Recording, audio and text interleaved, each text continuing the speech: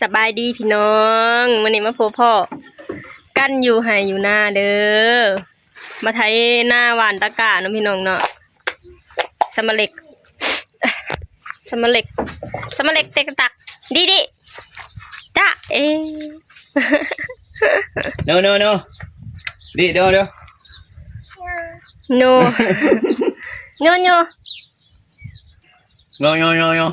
บรรยากาศยามไหนยามหน้านะพี่น้องNo. ดอกมะขามกระหล่นพี่น้อง No. ออกมาไทยหน้าหวานตะกานะพี่น้องเนาะ Okay. มาพี่น้องค่ะเวลาหวานเขาแล้วเป็นปีแรกของสาวตุ๊กเลยนี่ที่หวานเขาเป็นปีแรกเลยที่หวานเขานะพี่น้องเนาะไปหวานเขากันดีกว่า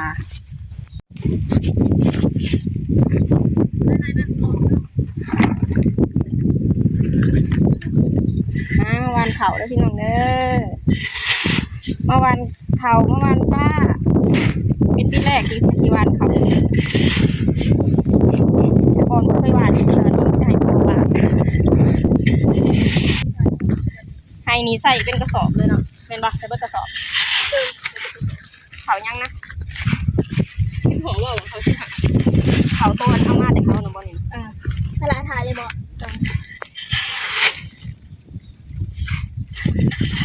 เลือกถ่ายคนละถ่าย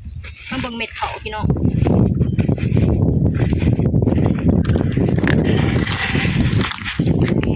มันจะออกเป็นสีแดงๆเนาะก็ยังเสือดูเขาสีขาวพยายามนั่นว่าเขาวันพาขึ้นโอเป็ดพยายามนี่เป็นว่าเขาสีขาวว่าเมื่อเช้าดูเขาสีขาวก่อนว่าเขาพาขึ้นโอเป็ดเล่นๆรีบเลยมาวันเขาวันก้าปีแรกเลยดิปีแรกเลยนี่ที่วานก้านี่ทีหรือสีห่างกระเบื้องในปีนี่แหละไปนั่น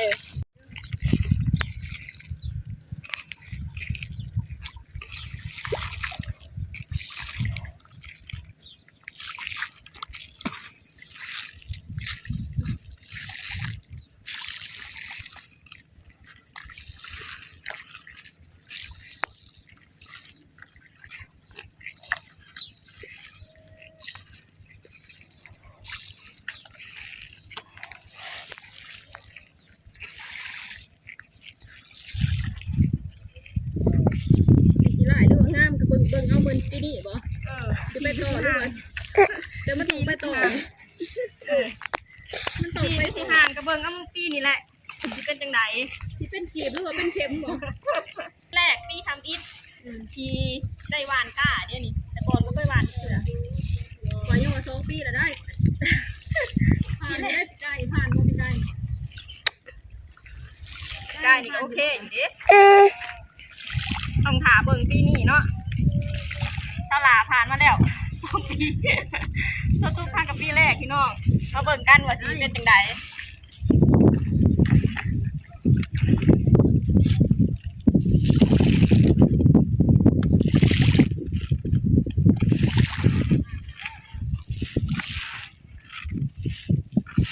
อะไรได้ไปสิ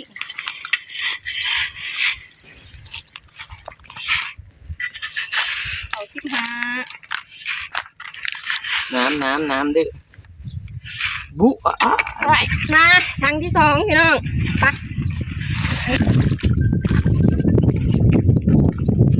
ก่อนเนาะตอนยังน้อยนี่เห็นมันพอหวานอย่าลงไปหวานน้ำลาวได้เดี๋ยวเราไปหวานมาปีนี้พิสูจน์ชี้มือว่าจะเป็นจังไหนจะเป็นเข่าหรือจะเป็นเข็ม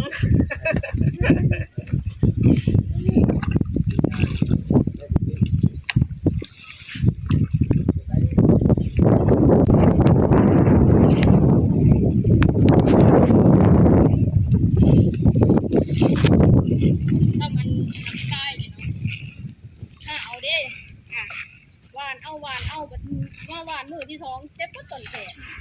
ไม่ใช่แบบว่าเขาขิบแขนโอ้ยมือแรงนี่ซ้ำชิปวดแขนแกงไปเป็นอย่างนี้ หวานก็ไปกับมาแล้วพี่น้องเนาะเดี๋ยวมันห่างแล้วมันเป็นปีมันเฉียนลูกหญ้าเนาะ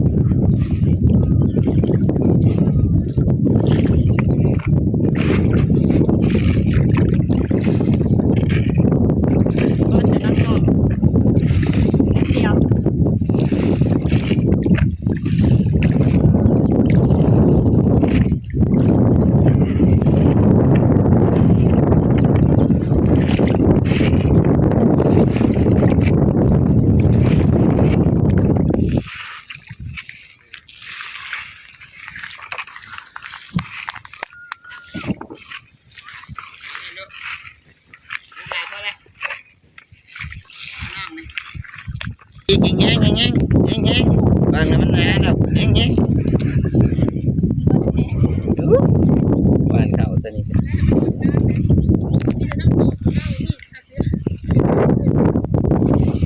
nghe là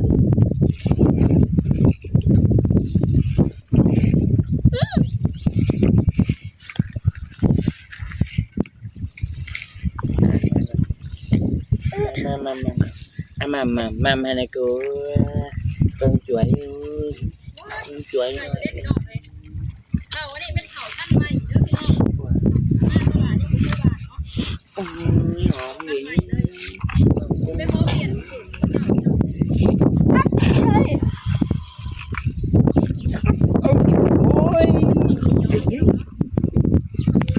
โอเคแล้วเรียบร้อย này nữa đây à hả này nữa หวานแล้ว qua là qua thật là เราจะไปอยู่ถ่ายแล้วเรียบร้อยแล้วพี่น้องถ่ายแล้ววานแล้วเรียบร้อยแล้วพี่น้อง ถ่ายแล้วเรียบร้อย ซอยกันเนาะพี่น้องเนาะแล้วไว้น้องวานก้าวันนี้กาจะไปขุดจิรอต่อเนาะมาลาดจิรอก็มาลาดจิรอต่ออยู่หน้าตรงนี้ตรงนั้นมันดับเลยพี่น้อง มันชนกันนี้หรือมันดับพากันมาขุดต่อหน้านี่เนาะพี่น้องเนาะสตูไปขุดมือเช้านี่ก็ได้หลายเติบเนาะอยู่หน้านี่มีแต่ตัวใหญ่ๆพี่น้องไปขุดจิรอกันดีกว่าภารกิจของสตูเนาะพี่น้องไปขุดแมงจิรอจิโปมเนาะพี่น้องเนาะเอามาไว้ขัวไว้ทอดเนาะพี่น้องไว้ขัวไว้ทอดให้อันทั้งอันบดอนกับลุงเพิ่นขุดกันให้ทั้งเบาดอนกับลุงเพิ่นไถนาไถหุดหน้าเนาะพี่น้อง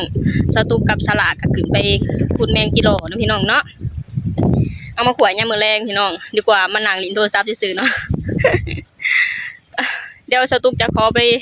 สตูจะไปขุดแมงจิรอก่อนเด้อพี่น้องมื้อนี้ก็สำหรับคลิปนี้สตูก็จะขอไปก่อนเด้อพี่น้องเด้อฝากให้พี่น้องช่วยกดไลค์กดแชร์กดติดตามให้ช่องบาดอนชาแนลในเด้อสบายดีสวัสดีค่ะธรรมชาติเย็นสบายพี่น้องอากาศก็เย็นอยู่ต้นกกขามพี่น้องเถียงนาเฮาโอเค